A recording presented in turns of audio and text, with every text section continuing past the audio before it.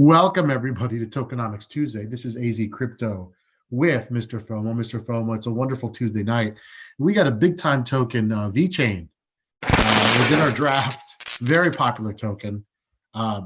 Before we get into that, a quick market update. We're going between 46 and 47 BTC right now. Hit all, excuse me, 36, 37. Big difference. We were all the way. That would have been quite a recovery. Yeah, sorry guys. It would be time for another draft at that point if we got that high. But we got down to 32, and we have a bit of a jump back in. But we want to caution you guys. At least this is my opinion. I'm not financial advice. We want to caution you guys that it is dangerous to get back in because we don't know for sure if the bottom is in or not. We don't know how quickly the recovery is. That's really up to you to do your own research. Me personally, I think I'm going to be a little more patient. Mr. FOMO, I think you, being Mr. FOMO, you're going to be a little more aggressive. What are your views before we get to VeChain about the market right now? This is what I think. I think that a lot of these things that people are worried about are already priced in. I think we're going to get a little bit of a bounce here midweek, like we've already been getting. And I told you this weekend. I thought we were going to see a little bit of a bounce early in the week. And then later in the week, because of futures, we'll see it fall again. We'll trade sideways through the weekend, and then we'll begin a slow climb starting in February, starting on Monday, actually. So starting right there, January 31st, going into February, you'll see us start that slow incline. Now, that's based on the idea that these things are priced in already, that the Fed meeting is priced in, that the raise in interest rates is priced in, or possible raise. You know, any of those negative things that are on a macro scale, I think those things are already there. The weak hands have already sold. I think you're going to see futures affect price, but after that, we're good to go. And we never know with world events, there could be a surprise, and that could completely derail the market. As we saw last week, the chance for that black swan event, like everybody says. I mean, as we saw last week, there was a lot when we got off the air. There was a lot more, even Saturday morning, a lot of fear, and that drove even more people to sell. So, like I said, me personally, I'm going to wait this week out, see what next week brings. But there are some people that have re-entered and have started buying. So, you know, it's different philosophies for different people. Depends on your risk tolerance. Like I said, I personally wouldn't be surprised if we went lower again, and some of the prices you see now are even lower. But we're not TA experts. A lot of people that claim to be have been wrong. So well, a lot of people didn't think. I think it will head a little more south at the end of the week. I'm waiting until then to snap up some more good prices, and then after that, it's anybody's guess. But I think we're going to start to see a bit of a recovery, not a full recovery, but we'll see that incline start to head back into the chart starting on Monday. Well, speaking of a coin that people might want to buy, let's talk about VeChain. Give us a little background about the token, and we'll talk about price action and whether or not we would buy. Now, VeChain is it's a coin, so it's got its own blockchain. That's the difference. You have a coin is the difference between coins and tokens. A coin has its own blockchain. A token functions on another blockchain. So like VGX is an Ethereum token. So that means it functions on another blockchain. It functions on Ethereum blockchain. So VeChain has its own blockchain. VThor is a token, is a gas token on that blockchain. And it's a two-token system. VeChain is basically the currency. VThor allows you to build smart contracts and write information on the blocks. They opened their main net in 2018. Recently in 2021, they just started releasing NFTs, and mostly their supply chain, which is not one of those. It's not one of those sexy things like gaming, the metaverse, or any of those other things, or even DeFi. It's kind of a ho-hum market that they're in. But when you really think about it, when you think about the companies that they either have pilot programs with or partnerships with, you talk about McDonald's of China, Walmart China, You're talking about BMW, Louis Vuitton. You know, their CEO Sonny Liu was the CFO at Louis Vuitton, and so you know that they at least have a good team there, and they understand problems with supply chain. And I really think that VeChain as a company solves supply chain problems that the world is having right now. So I think there's a lot of positives there that make VeChain a very attractive company. Now, you mentioned a couple things. In terms of price, we were at 27 cents back in April. Okay, actually almost pushing 28. And there was a lot of hype. In fact, one of the YouTubers that we used to watch made a $7 to $10 prediction. And now we find out that guy really doesn't know a lot about crypto, but hysteria was going. I mean, VeChain was a hot token. I remember being in some threads where I would post some images. Oh, and in their community, the VeChain vets, they were all over the place. I mean, it was hot in Asia. It was a trending token. It was like a, must talk about. A lot of YouTubers were talking about it. Then the lights kind of went out in the May dump, and it never really recovered. And I'm not talking about price. I'm talking about attention and sentiment and excitement. And a lot of times in crypto, let's face it, yeah, they have supply chain technology and they have a lot of great partnerships, but we don't really know how deep that technology is being used. You hear it is, you hear it isn't. We don't have a lot of clarity on that. So we really are buying on speculation.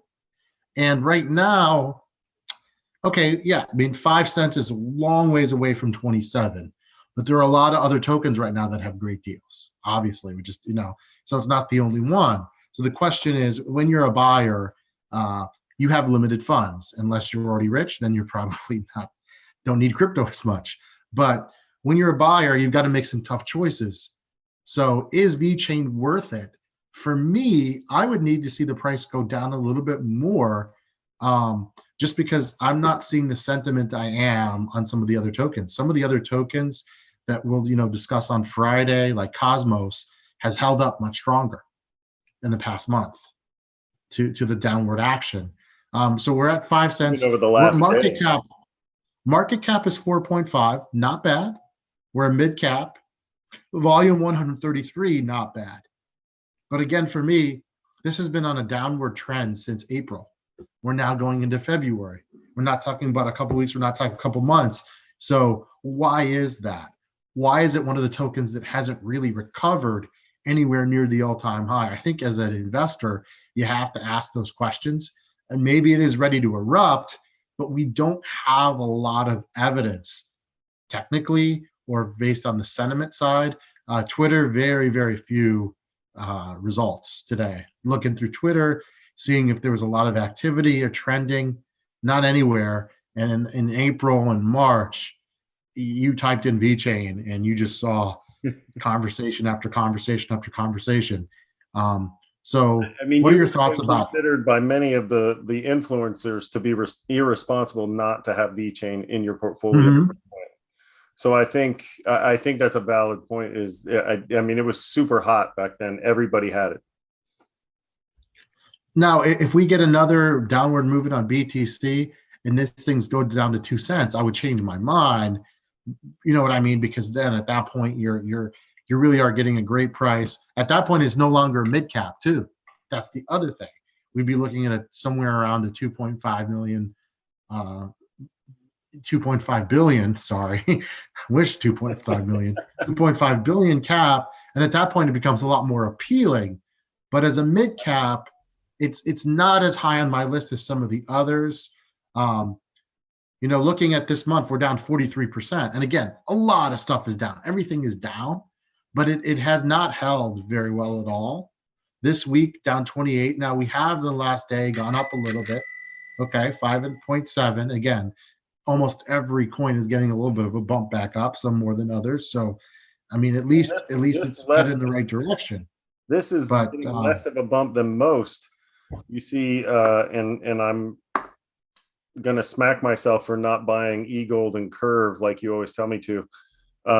Those saw some of the greatest jumps in the last day. BTC jumped by 8%, VeChain only 4%. So But even in market surges, it's not doing as much as BTC, even with a lower market cap. could it recapture some momentum if Asia got more and back as a buyer? It's possible. There were some nights where I would wake up and VeChain was pumping based on Asia overnight. So it does have some potential, but I don't see that excitement right now. And for me, my strategy, we'll talk about this more on Friday, based on the fact that the market seems to want to reverse itself every 6 to 8 weeks. I've got to look at what's a great buy now, not maybe what was a great buy last year, or Right. not maybe would be a great buy a year from. If they extend their technology and it's clear these companies are using it, and we're no longer just buying on speculation, we have a completely different. At that point, VeChain is a leader in its field, and it's going to be an amazing buy. But I don't think we're there yet. So for me, for a buy as of today, as of tonight, and this could change in the next 3 to 4 days. That's how crypto goes. I'm going to say a no for a buy. And your opinion, you're kind of split in the middle. Would you explain? Here's my problem. And we heard a few rumblings of people saying that VeChain's tokenomics aren't great. And so I looked into it. And in March of 2021, they put it out to the community that they were thinking about lowering their gas fees. And we know that their gas fees are paid in VeThor. And now this is my problem with their tokenomics. If you had to hold VeChain in order to produce VeThor, and that was the only way that you could get VeThor, then I think that the tokenomics for VeChain favor VeChain. However, you can just buy VeThor from people who already are holding VeChain and producing VeThor.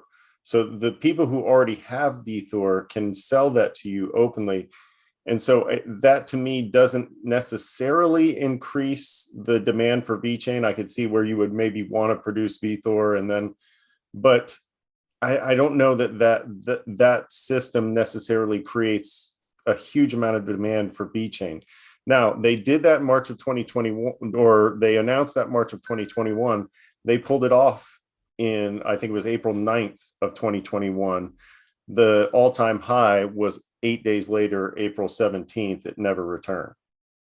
Mm-hmm. So, yeah, I have a problem with their tokenomics. And there are a lot of coins out there that don't have great tokenomics. We've talked about coins that have worse tokenomics than VeChain, but I think that's the biggest problem. And then on top of that, I think by reducing the amount of gas needed to transact or to write information on the blockchain, I think you also reduce the demand for VeThor and thus VeChain as well. And so if I'm a big corporation, I no longer have to pay tons of gas fees in order to get things done on your blockchain, then I don't have to buy as much, right? And so there's a lot of downward pressure as far as the tokenomics. However, like I said before, I think that VeChain solves a lot of the world's supply chain problems that they're having right now with their technology. We've talked about that before. I don't think I need to go too much into that. I mean, the RFID, all that stuff, the near scan or near field technology, all that stuff works out really well. But and then you also brought up another point that, maybe when Asia becomes more active in the crypto market, you'll see more people investing in VeChain. I think that is actually a big deal because China's pushing the digital yuan. They have a China first policy, means that you have to invest in China's companies if you are Chinese. So I think there's some traction there, and in the fact that they're a supply chain company that eventually will show their utility. As far as a purchase right now at 5 cents, I don't think so. But I think that my price for VeChain is probably a little bit higher. When it gets into the 4 range, maybe the 3 range, I feel like I'm a buy. I think you might see those ranges again later this week, but I don't know if I'm going to see 2 cents. Again, I'm not saying it's a horrible buy, but I'm looking at some other things that I would be more interested in. Here's something interesting. We got to 27. We had the big, obviously, summer dump. Went all the way down to 6. We did get back to 60 in November, and we know what happened in November. A week before the November dump started, it had rebounded to 16. So again, if we do get a rebound here in the market, 5 is not a bad price at all.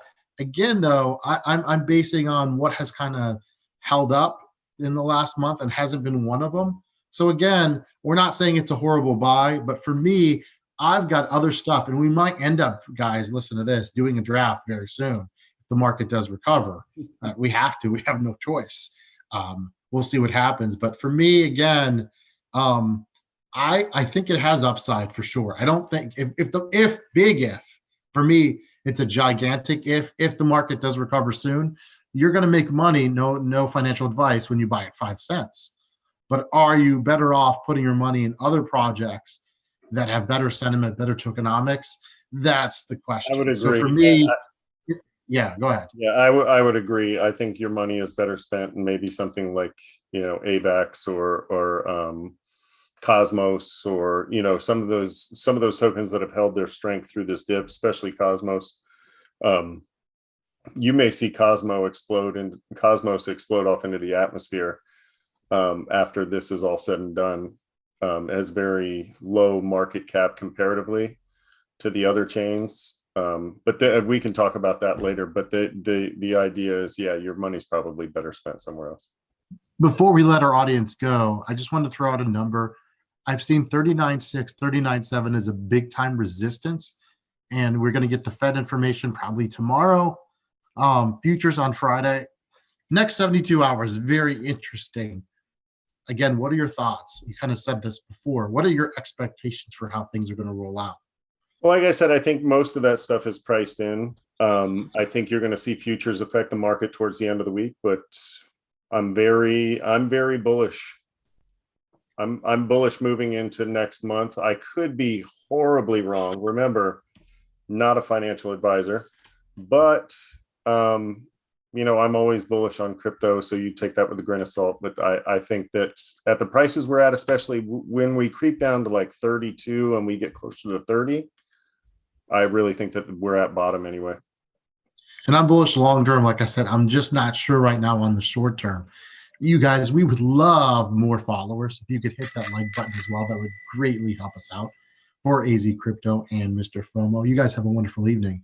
We will see you on an exciting Friday. Don't miss that show. Bye, everybody. See ya.